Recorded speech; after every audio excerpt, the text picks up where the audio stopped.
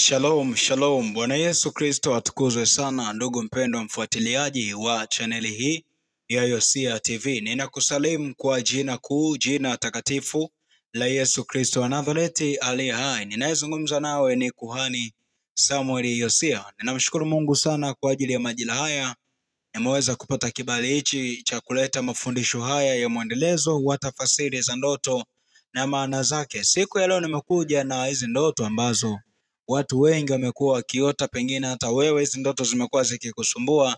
Na ndoto hizi tunasema kwamba ni pale ambapo unaona unalala, alafu unaona unafanya mapenzi kwenye usingizi au una sex kwenye ndoto zako. Unajiuliza hizi ndoto zinatoka wapi, au zimebeba ujumbe gani, au zinataka nini kwangu mimi? Sasa niko hapa kwa ajili yako, lakini pia nimekuja na mfumo wa kuzikataa hizi roho na kujinasua kwenye huo mtego wa adui ambao amekusogezea au ambao amekuletea, ambao umekuwa ni mwiba katika maisha yako. Tunasema kwamba ukiota ndoto ukiona unazini, jambo la kwanza leo kabisa, maana yake ni kwamba tunasema kuna roho ambayo inaingizwa ndani yako ya kiagano, pale ambapo unaona unalala alafu kwa namna ya ajabu unaona unafanya mapenzi. Jambo la kufanya mapenzi pale, kuna muunganiko wa damu baina ya mwanamke na mwanaume. Sasa ishara ya namna hiyo pale ambapo unaiota au pale ambapo unaona ndoto ya namna hiyo, manake ni kwamba ulimwengu wa roho, Mungu anajaribu kukwambia kwamba kuna vitu ambavyo vinaendelea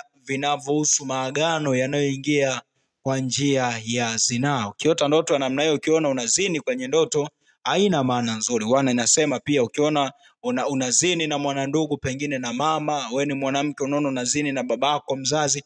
Sasa ishara za namna hiyo, ukiona unazini na wazazi kwenye ndoto au na mzazi kwenye ndoto, manake ni kwamba kuna roho za mikoba ambazo zinaingizwa ndani yako, au kuna roho za kiagano ambazo zinakuwa zinaingizwa ndani yako. Au pengine unaona unazini na kakako na dadako na mjomba na shangazi. Unajiuliza kwamba kwa nini ndoto inanitembelea mimi, au ni kwa nini niote ndoto ya namna hii kwamba ninazini na ndugu yangu, ninazini na mtu wangu wa karibu. Sasa ishara ya namna hiyo pale ambapo unaona, manake ni kwamba Mungu anakuambia kwamba kuna roho ya mikoba ambayo nakufuatilia. Wapo watu walipoota ndoto ya namna hiyo, walipodharau wakajikuta wameanza kuingizwa kwenye vyama vya kichawi.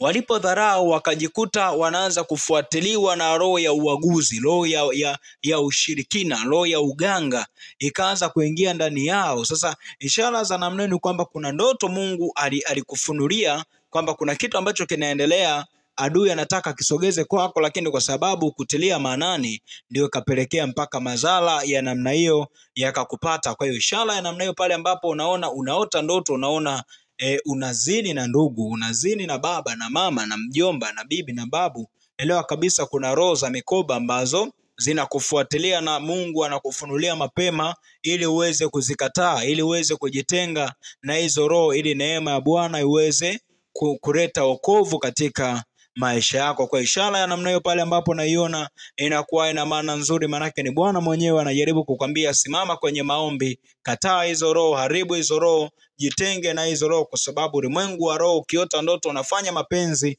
manake ni kwamba kuna maagano ambayo yanakuwa yanaingia ndani yako moja kwa moja automatic. Kwa hiyo unahitaji usimame sana kwenye maombi, kujitenga na hizo roho na kuzihukumu kwa damu ya Yesu Kristo wa Nazareti aliye hai. Lakini pia tunasema kwamba ndoto ya namna hiyo, ukiota ndoto unazini, tunasema kwamba inaweza ikawa vita ya kiagano katika mambo ya uzazi ya kifamilia. Kama nilivyotoka kusema, inaweza ikawa inaashiria kwamba kuna mikataba ambayo unakuwa unaingizwa pasina wewe kujua au pasina wewe kuelewa. Ile mikataba inaingia kwa njia ya damu. Sasa ulimwengu wa roho, ndoto za namna hiyo unapokuwa unaziota, uhitaji uzipuuze. Ulimwengu wa roho, ndoto za namna hiyo unapokuwa unaziota, uhitaji uzidharau. Unahitaji kusimama sana katika maombi ili Mungu aweze kuleta neema yake ya wokovu katika maisha yako. Lakini pia ishara ya namna hiyo tunasema kwamba inalenga kuharibu mahusiano yako.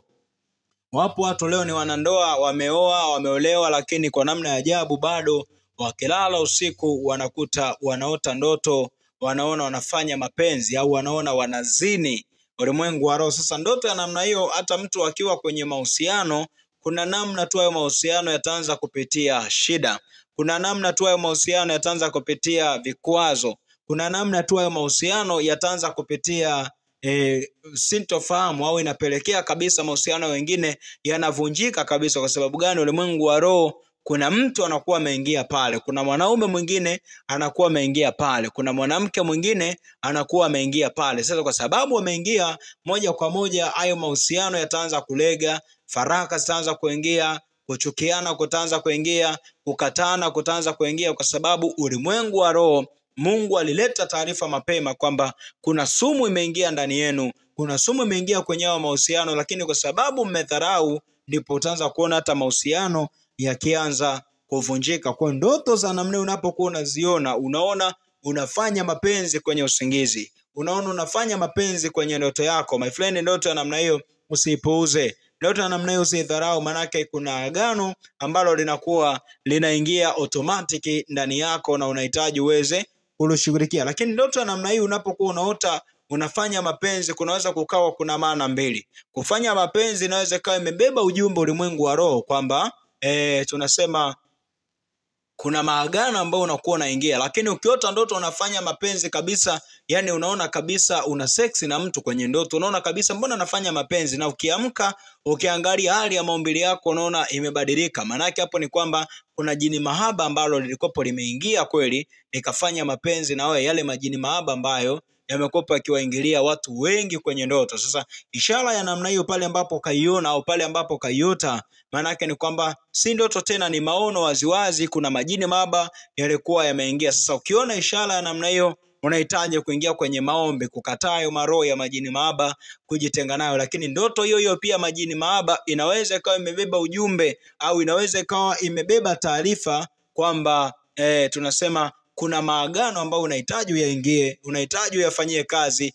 ili hiyo mikataba iweze kuishi ndani yako. Lakini pia ni madhara gani utayapata pale ambapo kaota unazini na majini mahaba? Yako madhara kadha wa kadha. Hasara ya kwanza tunasema kwamba nguvu yako ya ndani ya maombi au ya kumtafuta Mungu inakufa. Kama wewe ni muombaji, kama wewe ni mtu unayefunga sana, unamtafuta Mungu sana, ukiota ndoto ya namna hiyo, pale ambapo ukaoteshwa ndoto ukaona tunasema kwamba ukaona kwenye ndoto kwamba unazini na jini au unazini na mtu kwenye ndoto, elewa kabisa kuna madhara. Kama ni mtumishi umeokoka, tunasema kwamba utaanza kuona ndani yako ule wito au ule moto wa kumtumikia Mungu, utaanza kuona unapotea, utaanza kuona mahudhurio ya ibada yanaanza kufa, shauku ya kumtafuta Mungu utaanza kuona inapotea ulimwengu wa roho. Kwa sababu gani? Kwa sababu Mungu anajaribu kukufunulia wazi kwamba vipo vitu ambavyo vinaendelea kwako wewe ambavyo haviko sawa. Kuna vitu ambavyo adui anavifanya kwako wewe ambavyo haviko sawa. Kwa hiyo ukiota ndoto ya namna hiyo,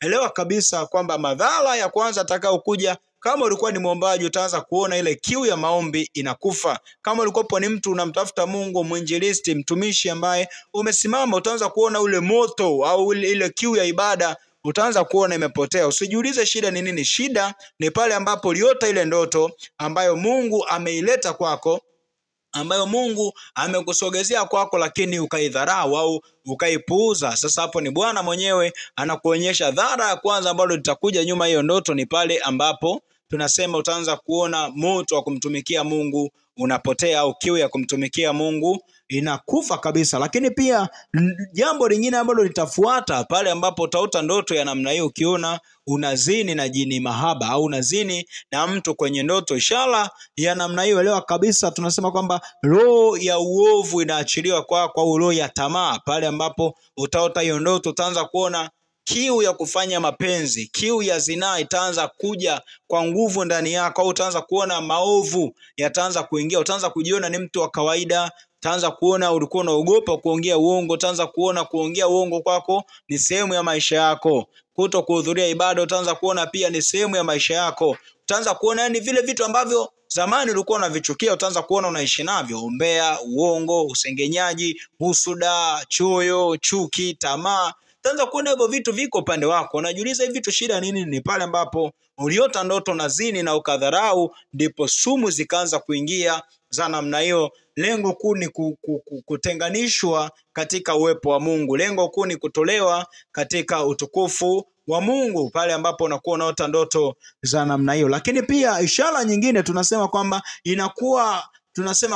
kuna vita ya moja kwa moja katika mahusiano yako halisia. Kama wewe ni mwanandoa kwa unaota ndoto kuna mwanaume mwingine anakuwa anazini na wewe, hilo ni tatizo, kwa sababu ukiota ndoto ya namna hiyo manake automatic unaanza kumchukia mume wako, utaanza kuona umpendi tena, utaanza kumuona ni wa kawaida. Hata ukifanya naye tendo la ndoa utakuwa ufurahi, kwa sababu ulimwengu wa roho yuko mwanaume mwingine mwenye nguvu kuliko mume wako amepata nafasi kwako wewe. Kwa hiyo ishara za namna hiyo unahitaji usimame sana kwenye maombi. Ni maombi gani ambayo utahitaji usimame? Ombi la kwanza, unapokuwa umeota ndoto za namna hiyo, utahitaji usimame kwenye maombi ya toba. Simama kwenye maombi ya toba, simama kwenye maombi ya rehema, omba toba mbele za Bwana mahali popote pale ulipotenda dhambi, mahali popote pale ulipoenda kinyume na mapenzi yake, ili Mungu aweze kuleta neema na kibali katika maisha yako. Kwa ishara za namna hiyo pale ambapo unakuwa unaziona, my friend, haina maana nzuri. Simama sana kwenye maombi, lakini pia